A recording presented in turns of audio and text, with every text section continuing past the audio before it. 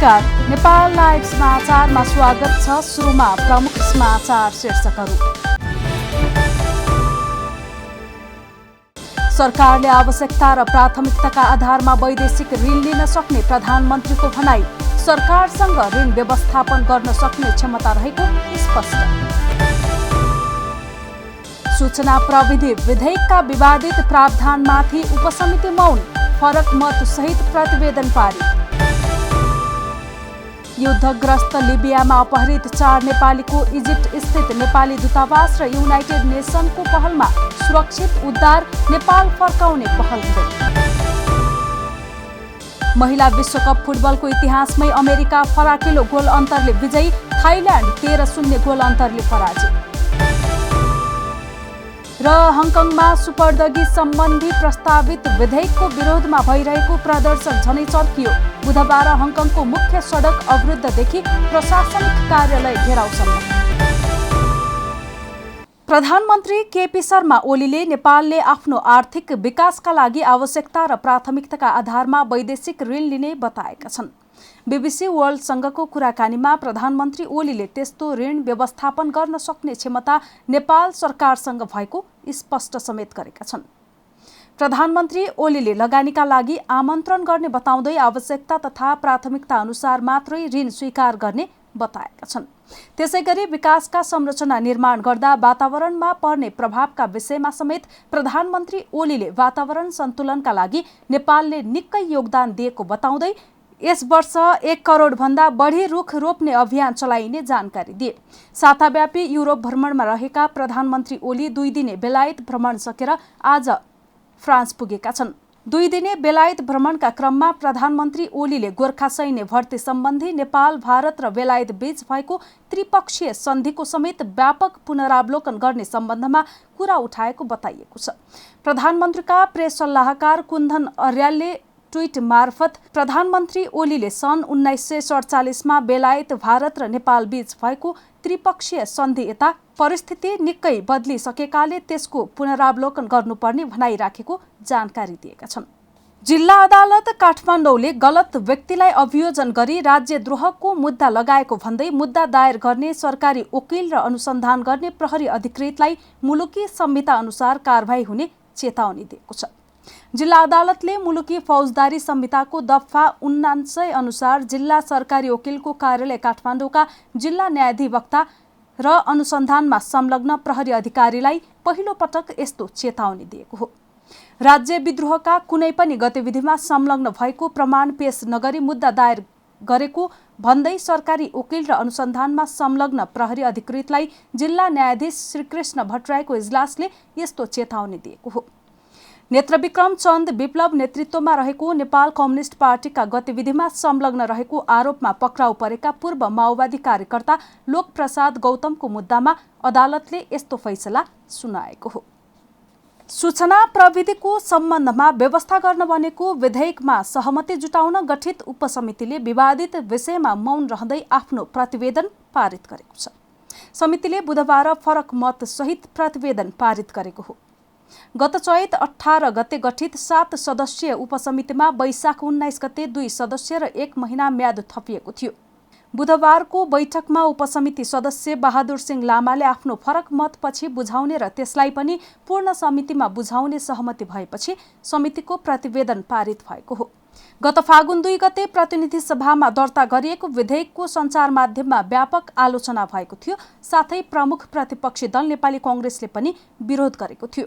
विवादित भएपछि सहमति जुटाउन उपसमिति गठन गरिएको थियो। उसले विभिन्न 34 बुदामा रहेर विधेयकमा संशोधन गर्नुपर्ने शब्द र वाक्यहरू आफ्नो प्रतिवेदन मार्फत सुझाएको छ। उसले सजायको दायरा परिवर्तनका लागि पनि सिफारिस गरेको छ, तर आम रूपमा आलोचना भएका अधिकांश दफाहरूमा भने उपसमिति मौन छ। कास्कीको पोखरामा लागु औषध कारोबारीलाई पक्राउ गर्न प्रहरीले गोली चलाएको छ। पोखराको उत्तम चोकमा प्रहरीले चलाएको गोली लागेर स्थानीय गोविन्द थापा घाइते भएका छन्। लागु औषध कारोबारीलाई नियन्त्रणमा लिने क्रममा गोली चलाएको प्रहरीले दाबी गरेको छ। लागु औषध लिएर हिँडेको सूचना पछ्याउँदै गएको प्रहरीलाई आक्रमण प्रयास भएपछि प्रतिरक्षाका लागि गोली चलाएको प्रहरीले जनाएको छ।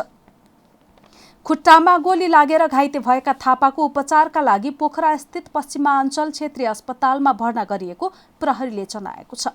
थापाको साथबाट प्रहरीले डाइजोपान, नोर्फिन र फेनार्गन लगायत 1500 थान लागु औषध बरामद गरेको थियो। युद्धग्रस्त लिबियामा अपहरणमा परेका 4 नेपालीको उद्धार गरिएको छ। इजिप्ट स्थित नेपाली दूतावास र युनाइटेड नेसनको पहलमा उनीहरूको सुरक्षित उद्धार गरिएको हो। उद्धार गरिएकाहरूमा लमजुङका पूर्ण प्रकाश अधिकारी, राजकुमार गुरुङ, दिनेश खत्री र चितवनका नेत्र भट्टराई रहेका छन्। 1 हप्ता अघि लिबियाबाट इटली जाने क्रममा लिबियाको जिबिया ओस्मा एन आर्मर्ड नामक सशस्त्र विद्रोही समूहको नियन्त्रणमा परेको उनीहरूले खबर गरेका थिए। उक्त समूहले अपहरणपछि सबै नङ समेत उप्काइदिएर यातना दिएको र रकम समेत मागेको बताएका थिए। त्यसपछि उद्धारको अपिल गर्दै उनीहरूका आफन्तले परराष्ट्र मन्त्रालयमा निवेदन दिएका थिए। परराष्ट्रमा निवेदन परेसँगै आइतबार इजिप्ट स्थित नेपाली दूतावासलाई खबर गरी उद्धारका लागि पहल गर्न मन्त्रालयले निर्देशन दिएको थियो। दूतावास र युनाइटेड नेसनले उनीहरूलाई मंगलबार नै उद्धार गरी सुरक्षित सेल्टरमा ल्याइसकिएको मन्त्रालयले जनाएको छ। हामी नेपाल लाइभ समाचारमा छौं। अब खेल समाचार। अमेरिकाले महिला विश्वकप फुटबलको इतिहासमै फराकिलो गोल अन्तरको जित दर्ता गरेको छ। समूह एफमा रहेको अमेरिकाले गए राति भएको खेलमा थाइल्यान्डलाई 13-0 गोल अन्तरले पराजित गरेको हो। अमेरिकालाई कीर्तिमानी जित दिलाउन अलेक्स मोर्गन एक्लैले 5 गोल गरिन्। महिला विश्वकप फुटबलमा यसअघिको सबैभन्दा फराकिलो जित 11-0 को थियो। सन् 2007 को विश्वकपमा जर्मनीले अर्जेन्टिना विरुद्ध 11 गोल गर्दै कीर्तिमान राखेको थियो। गए राति भएका अन्य खेलमा नेदरल्यान्ड्सले न्युजिल्यान्डलाई 1-0 ले हराउँदा स्विडेनले चिलीमाथि 2-0 को जित निकालेको छ। नेपाल लाइभ समाचारमा अब अन्तर्राष्ट्रिय समाचार। हङकङमा सुपुर्दगी सम्बन्धी प्रस्तावित विधेयकको विरोधमा भइरहेको प्रदर्शन चर्किँदै गएको छ। विरोध गर्दै प्रदर्शनकारीहरूले बुधबार हङकङको मुख्य सडक अवरुद्ध गरेका छन् भने प्रशासनिक कार्यालय समेत घेराउ गरेका छन्। यसै महिना संसदमा निर्णयका लागि पेश गरिने उक्त विधेयकको विरोधमा प्रदर्शनकारीहरू सडकमा उत्रिएका हुन्।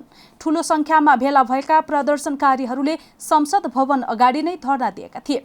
सरकारले वाक स्वतन्त्रता तथा विरोध प्रदर्शनको अधिकार कुण्ठित हुने गरी प्रस्तावित विधेयक प्रयोग नहुने प्रश्न पारेको छ।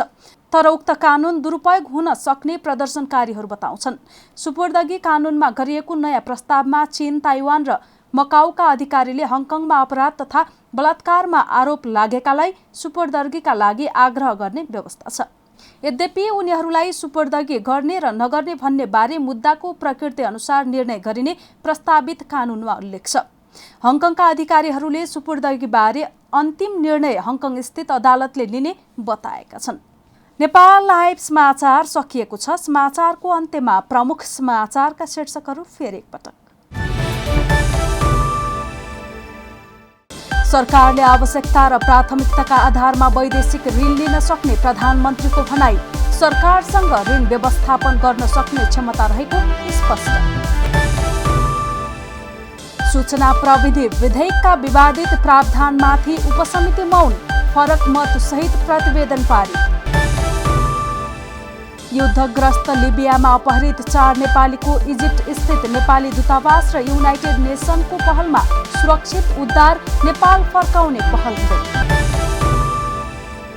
महिला विश्वकप फुटबलको इतिहासमै अमेरिका फराकिलो गोल अन्तरले विजयी, थाइल्यान्ड 13-0 गोल अन्तरले पराजित।